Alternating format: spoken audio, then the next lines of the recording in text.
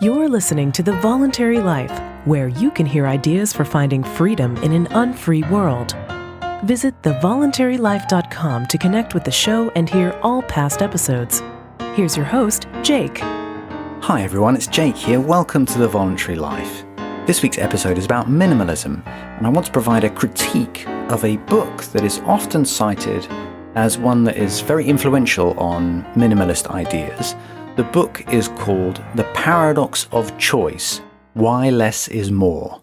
And it's written by a psychologist called Barry Schwarz.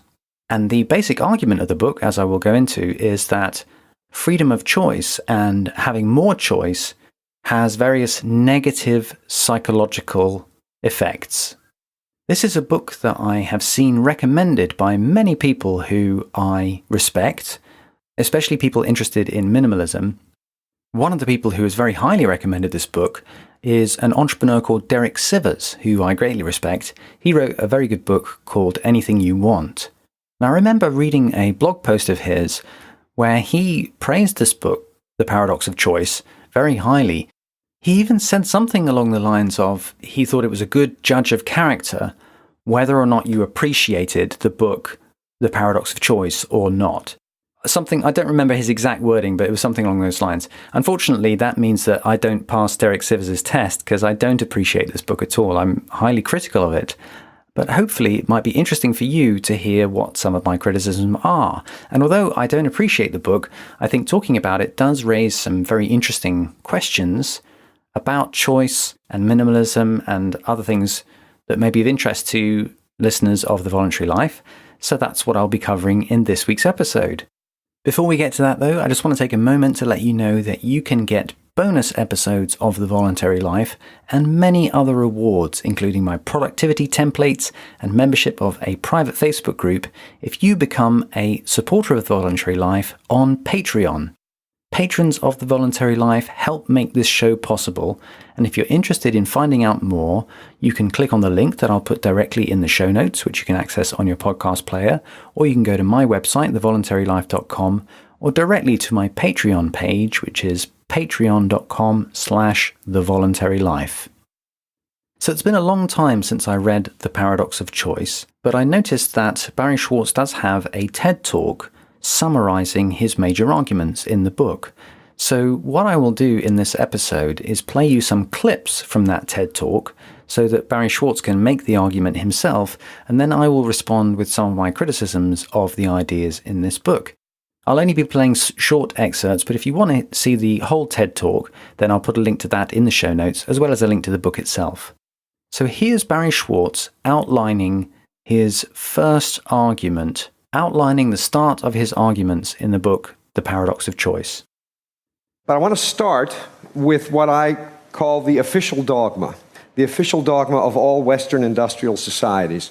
And the official dogma runs like this: if we are interested in maximizing the welfare of our citizens, the way to do that is to maximize individual freedom.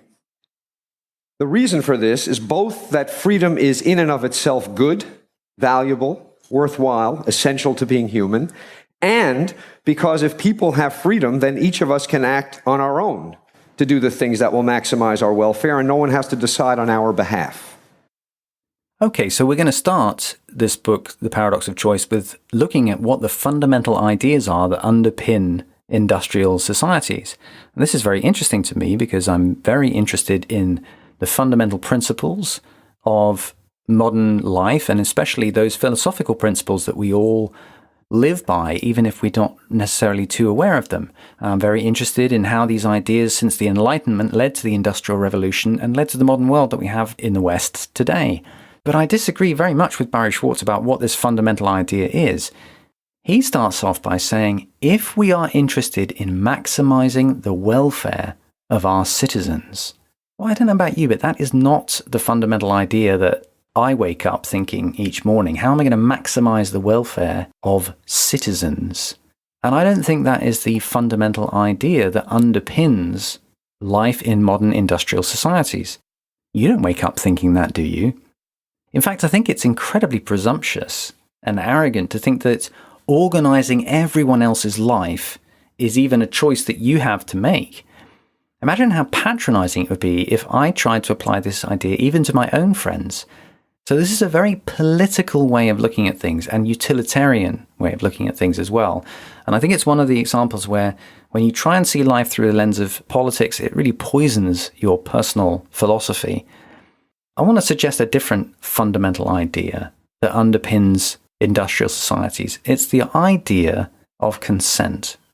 The idea that people have that they may not be fully conscious of, but that we all live by, is to think, how can I go about my business without doing an injustice to anyone else? How can I get along peacefully with other people? And the way that we do that is to live by the principle of consent. If you want something from other people, you must get their consent or you're going to do them an injustice. So we tell our kids, don't take things without asking. And we also have a principle that we live by, which is that what consenting adults choose to do with each other is their own business. And as long as people are peaceful, then you should leave them alone. This is the fundamental idea of personal liberty that comes from the Enlightenment and underpins the Industrial Revolution and industrial society that we live in now.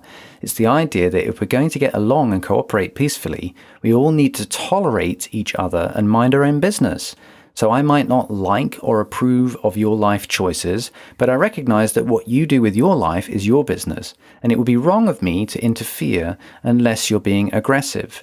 Now, I'm not saying that this philosophical idea is applied universally, and in many ways, there are big gaps in the way that we apply this principle, even in modern industrial societies. And that's because in many ways, the Enlightenment is not finished yet. So people are not consistent about this, but nonetheless, everyone gets, at some fundamental level, this idea of consent. And the point is that that is a very, very different principle than the one Barry Schwarz states when he says, if we are interested in maximizing the welfare of our citizens. He talks as if we all sat around in a big circle and decided for, citizens out there, how their welfare should be maximized. That's not how individuals actually live their lives in modern industrial societies. And this difference is going to become clearer when he carries on to explain further how he thinks our fundamental philosophy underlying Western society works. So let's hear him carry on with his argument. The way to maximize freedom is to maximize choice. The more choice people have, the more freedom they have, and the more freedom they have, the more welfare they have. This, I think, is so deeply embedded in the water supply that it wouldn't occur to anyone to question it.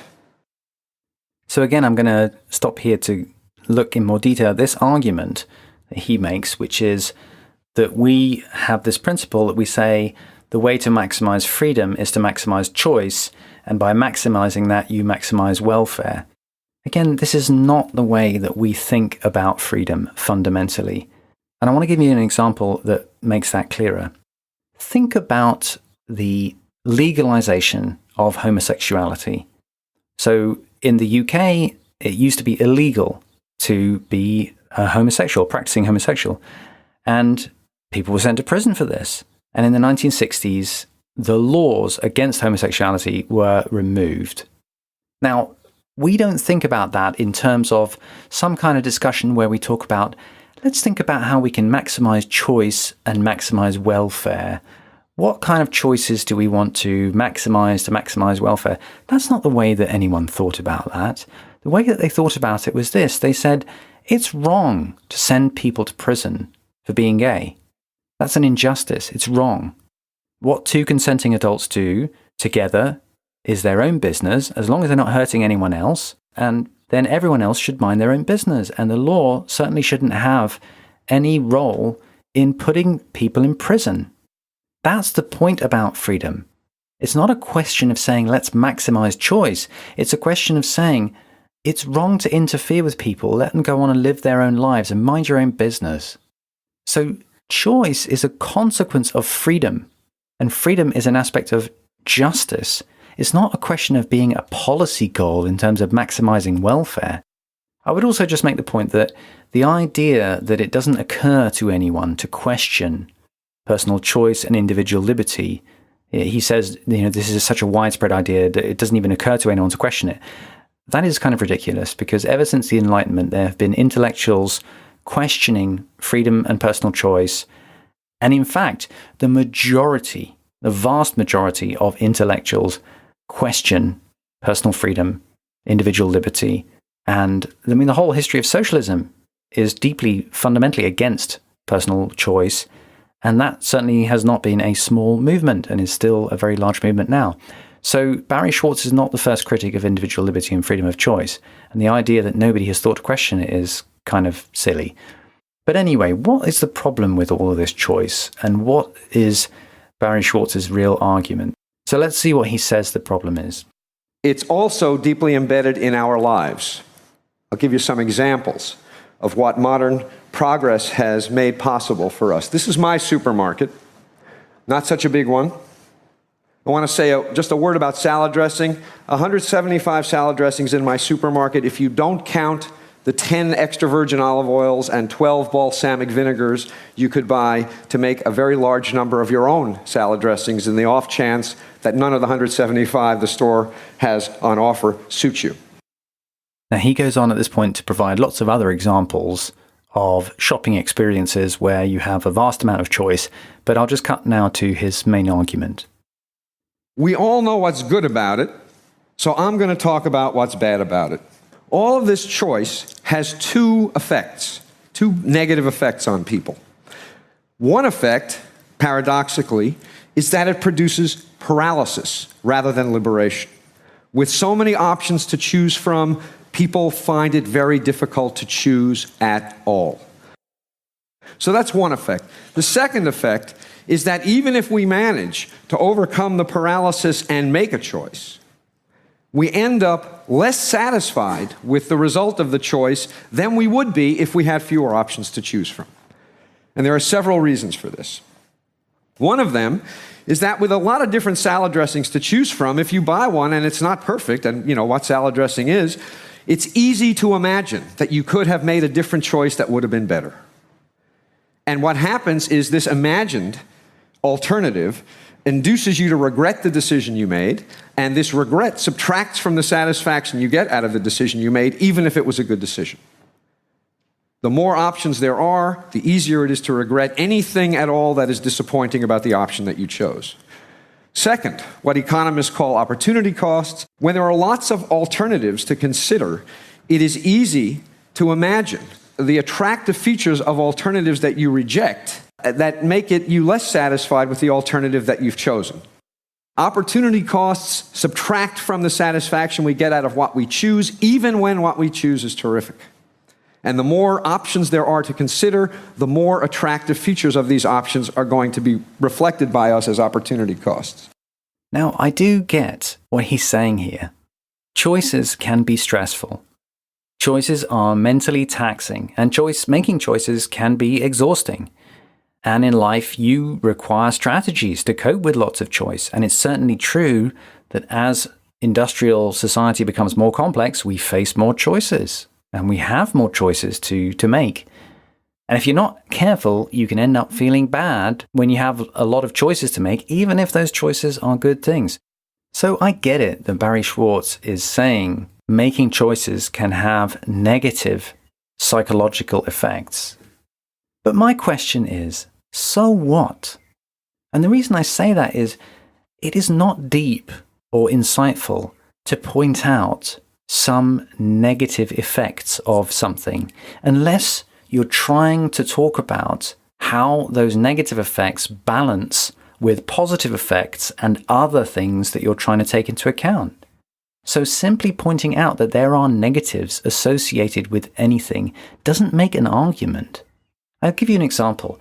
If I say that I want to tell you this deep truth that you may not have realized about being in a relationship, and that deep truth is there are negatives associated with being in a relationship. Jerry Seinfeld used to do a sketch when he talked about the difference between being single and being in a relationship.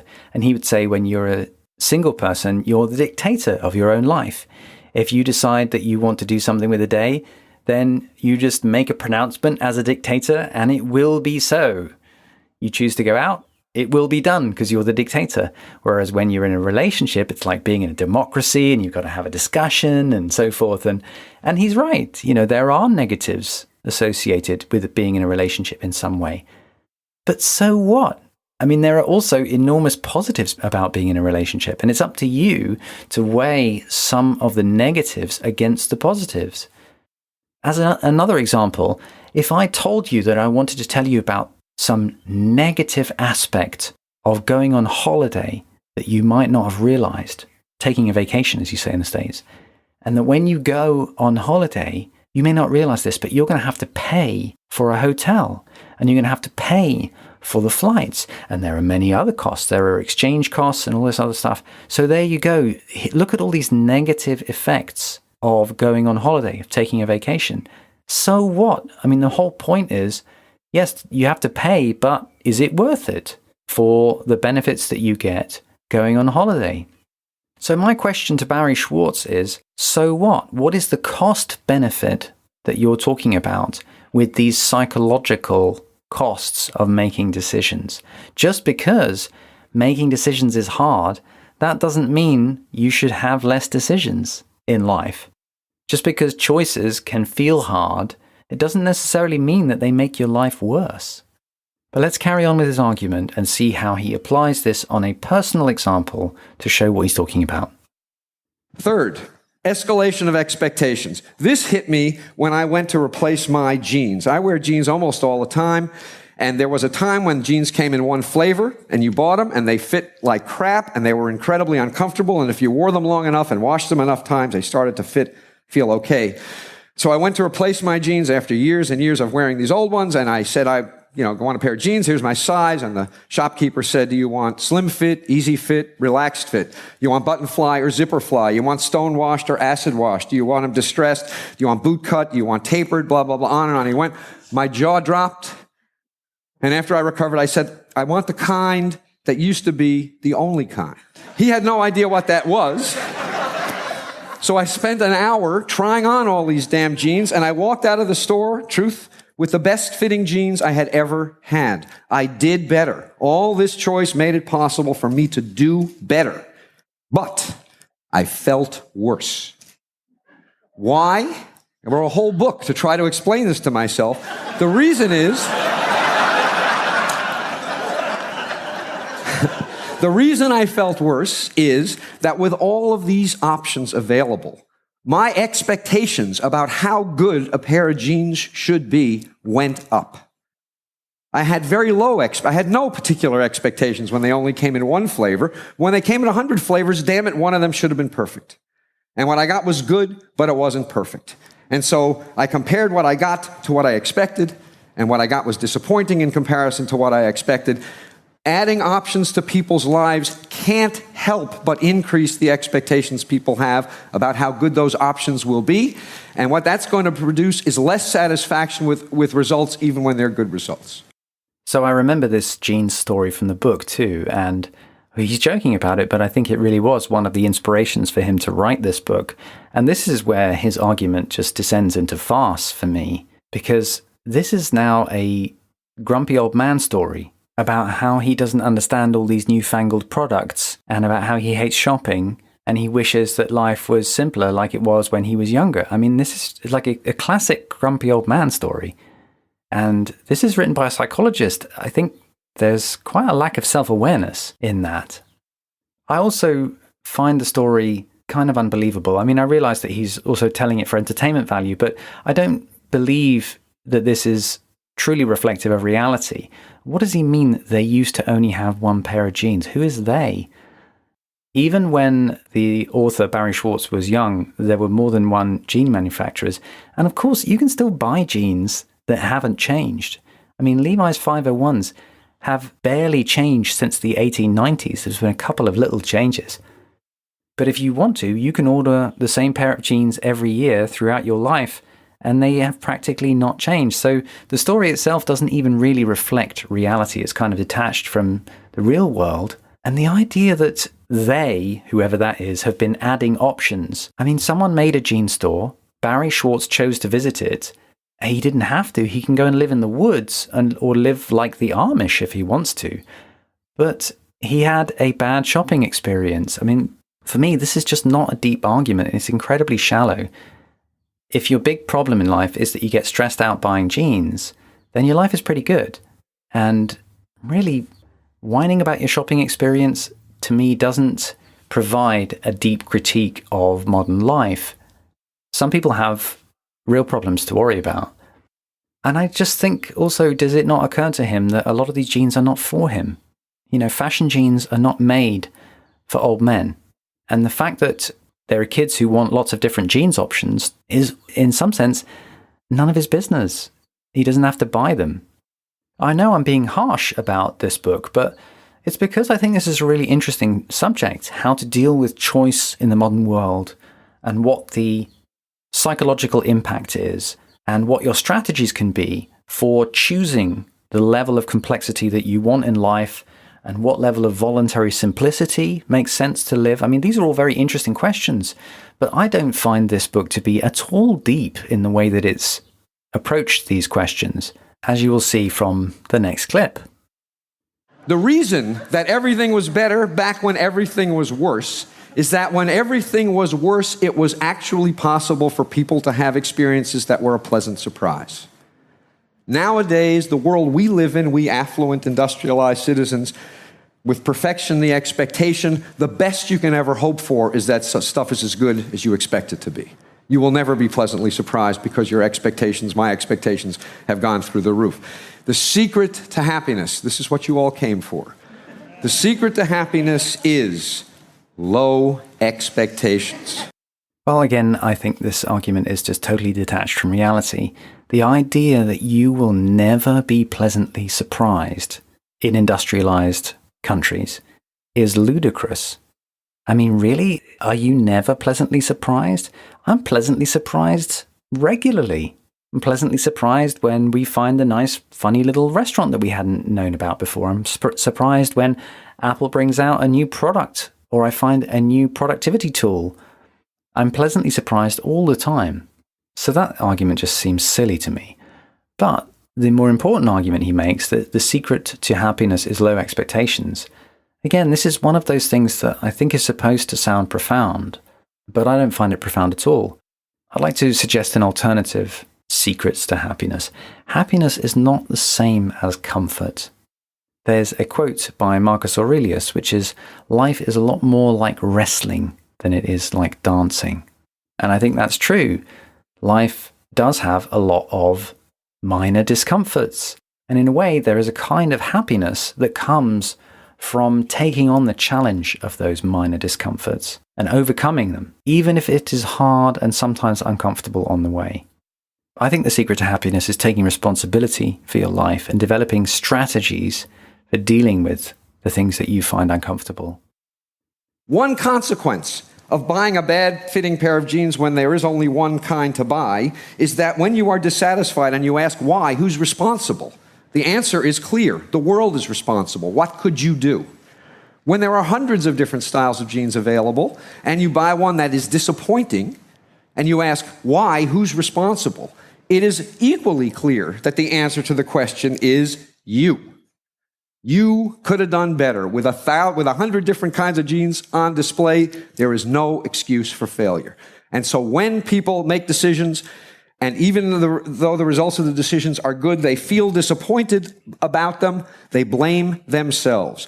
Clinical depression has exploded in the industrial world in the last generation. I believe a significant, not the only, but a significant contributor to this explosion of depression and also suicide is that people have experiences that are disappointing because their standards are so high, and then when they have to explain these experiences to themselves, they think they're at fault. And so the net result is that we do better in general, objectively, and we feel worse. I thought that was an extraordinary argument when I first heard Barry Schwarz make it, because the whole point is that part of growing up and becoming an adult is learning to take responsibility for your life and learning that it is your responsibility how you deal with your life. I mean, it's kind of strange reading this book from an old man and hearing this talk from somebody who is an old man because it's so childish. He's saying that we feel bad because when we have to make our own choices, then it's our own fault. Well, yes, that's how life works. You have to be responsible for your own life. There's a funny meme that you may have seen going around on Facebook, which is an explorer comes to a clearing in a forest and discovers the ultimate scroll of truth. And he says, at last, after all these years, I found it. And he opens up this scroll and it says, many of your problems are your own doing. And the explorer throws aside the scroll and says, stupid scroll, you don't know me.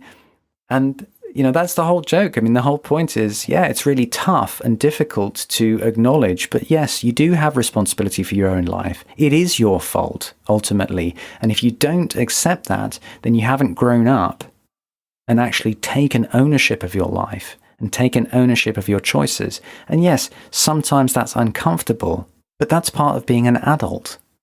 Okay, let's have a look at Barry Schwartz's concluding arguments, and I'll respond to them. There's no question that some choice is better than none, but it doesn't follow from that more choice is better than some choice.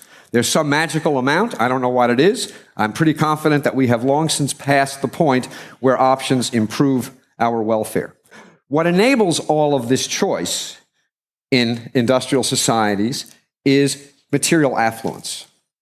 There are lots of places in the world, and we have heard about several of them, where their problem is not that they have too much choice. Their problem is that they have too little.